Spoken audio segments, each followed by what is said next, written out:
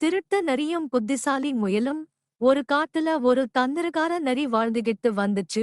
அந்த நரி சொந்தமா உணவு சேகரிச்சு சாப்பிடலாம காட்டு மிருகங்கள் கிட்ட இருந்து திருடி தின்னுகிட்டே இருந்துச்சு. இத பார்த்த எல்லா மிருகங்களும் நரிகிட்ட பத்திரமா நடந்துக்கிச்சுங்க. நரி கண்ணுல படுற மாதிரி எதையும் வைக்காதுங்க அதுங்க. இருந்தாலும் அந்த பொல்லாத நரி எப்படியோ காட்டு மிருகங்கள் சேமிச்சு வச்சிருக்கிற உணவு தானியங்கள் எல்லாத்தையும் கண்டுபிடிச்சு திருடி தின்னுகிட்டே இருந்துச்சு. அப்பத்தான் ஒரு புத்திசாலி முயல் அந்த நரிய பார்த்துச்சு. அடடா, சொந்தமா உணவு சேமிச்சு வாழ்க்கை நடத்தாம இப்படி திருடி திங்குற நரிக்கு சரியான பாடம் புகட்டணும்னு நினைச்சுச்சு.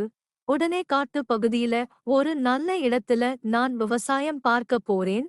அதனால இந்த இடத்துல வெள்ளரி தோட்டம் போட போறேன்னு சொல்லிட்டு கொஞ்ச நேரம் வேலை செஞ்சுச்சு.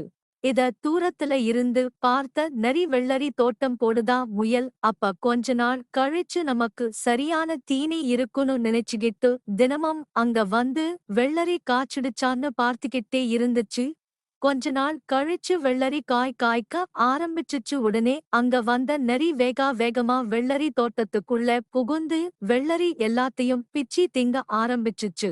அப்ப திடீர்னு நரிக்கு உடம்பு எல்லாம் அரிக்க ஆரம்பிச்சுச்சு. கொஞ்ச நேரத்துல உடம்பு பூராம் தடிப்பு தடிப்பா வந்து அங்கேயே விழுந்துச்சு. அப்ப அங்க வந்த முயல் சொல்லுச்சு, நீ பெரிய திருட்டு பையனோ எனக்கு தெரியும். அதனாலதான் ஒவ்வொரு வெள்ளரி செடிக்கு பக்கத்துலயும் ஒரு அரிப்பு செடிய நட்டு வச்சேன்.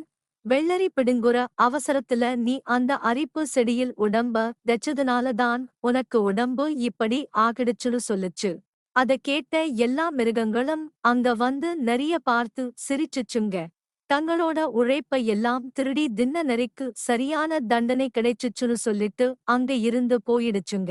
உழைச்சு சாப்பிடாம அடுத்தவங்க பொருள திருடி தின்ன அந்த நரிக்கு யாருமே உதவ வரல. அப்பதான் இத்தனை நாள்தான் செஞ்ச தப்புக்கு எல்லாம் சரியான தண்டனை கிடைச்சுடுச்சுன்னு நினைச்சு திருந்தி வாழ ஆரம்பிச்சுச்சு அந்த நரி.